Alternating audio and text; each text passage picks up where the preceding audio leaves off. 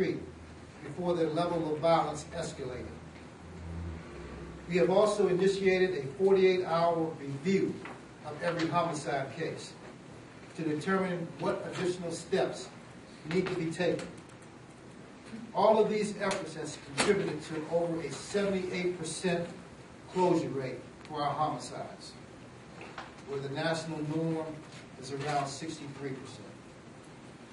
We can also attribute some of these reductions in homicides to our citizens who have stepped up to provide us with valuable information. One of the most tangible results of engaging the community is the information exchange between officers and citizens, and we believe it plays a pivotal role in our community safety.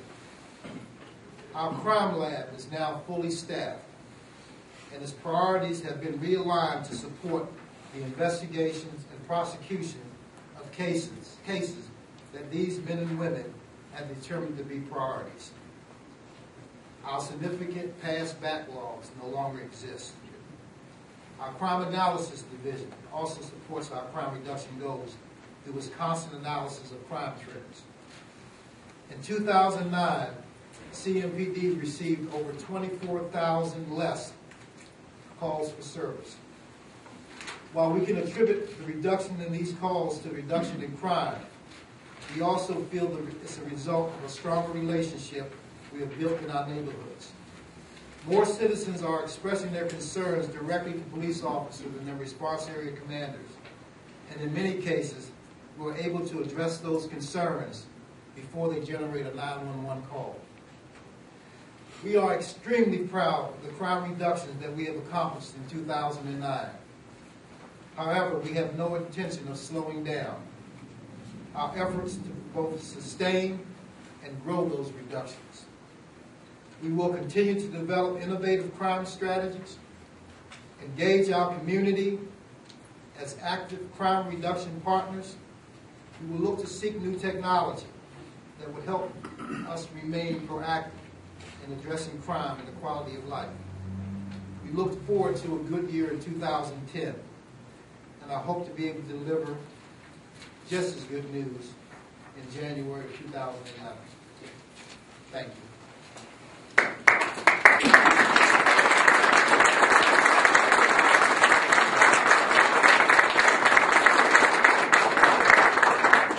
Any questions? Well, Chief, let me pick up on what you just sort of ended on. One of the problems with success is you got to, and I'll try to repeat it, certainly, in fact, not just every business, if you gain 15%, you got to work on it next year. Specifically, how do you go about trying to continue the trend?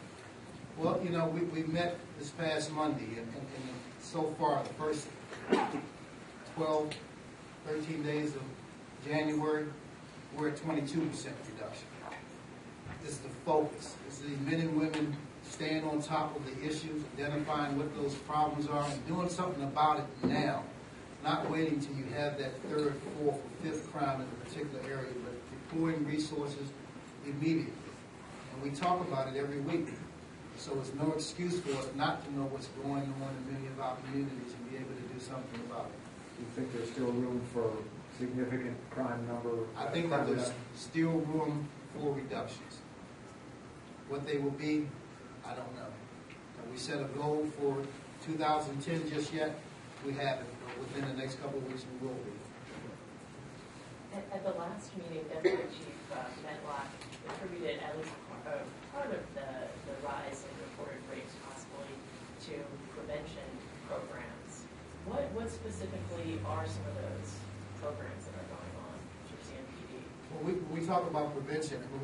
It's about the encouragement, for individuals to bring forth the information and working with organizations such as United Family Services, going out to schools, addressing some of the nightclub crowds, and talk about some of the issues out there that some of our young women are facing, and allow them to come forward more readily, more freely to report those type of incidents. Do you plan to seek to add more officers in the coming year? Well, you know, authorize 125. We have 50 that are currently in the academy that will be graduating within the next couple of weeks. We'll be starting another academy class of approximately 80 officers in February of this year. And that will allow us to put well over 100 plus officers on the street before the summer.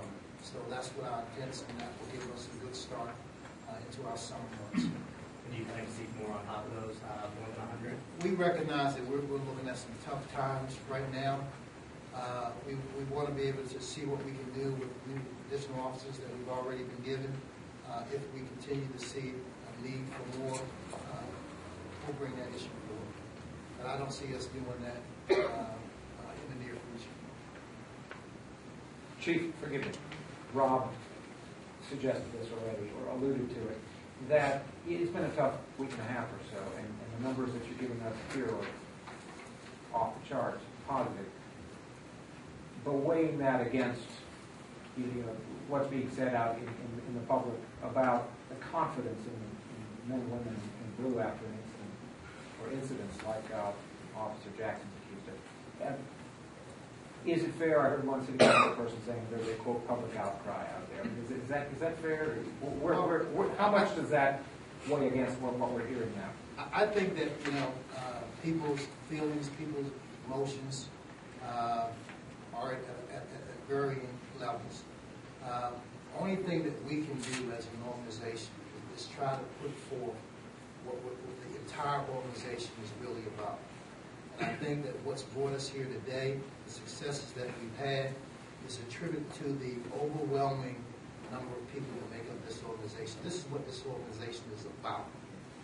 Jackson has no semblance of what this entire organization is about. This is what the citizens believe in. This is what I believe in. And this is what we believe in each other. And this is what's going to take us forward. And we have to believe that, and that's the direction that we have to go in. And I think that most citizens will recognize that the overwhelming majority of the men and women of this department has their best interest and safety in mind. As a follow-up, the mayor said, and I guess it's scheduled for the 25th, he wants to take a look at the personnel record. Would you have any problem with that going public? Yeah, I'm going to allow that process to play itself out. I will be a part of that process, but for me to speak before that process takes place would be premature. But I'm going to allow that process to play itself out. Chief, back to the statistics, many crimes are related to drugs, and I don't see any numbers or any information related to what is the situation with drugs in the city and how the police department is fighting against this problem. Well, when we talk about 2010, one of the things that we do want to concentrate on and continue to concentrate on is drugs and gangs. One of the things that we're starting off the year is we've restructured our narcotics and gang unit. We've combined them into one unit. They now come under one commander. Narcotics, gangs, and firearms, because there's not a whole lot of difference when we're out there in the community and seeing people involved in drugs or involved in gangs, people involved in gangs carrying firearms. So with that, our focus going into 2010 is to muscle our resources together to go after, make a more concerted effort in narcotics. And even on the prevention side, we're talking throughout the city and the county, and what can we do more for drug dependency. We know that a lot of crime that we see out there is involving individuals that are dependent on drugs. So there's a couple of different fronts that we're working on as it relates to our narcotics. And we will see that numbers in the statistics for this year. Yeah, sure. Last night you told City Council that as far as some of the media reports surrounding Jackson's disciplinary action, that we got it wrong. Could you straighten us out? I think she already out. So.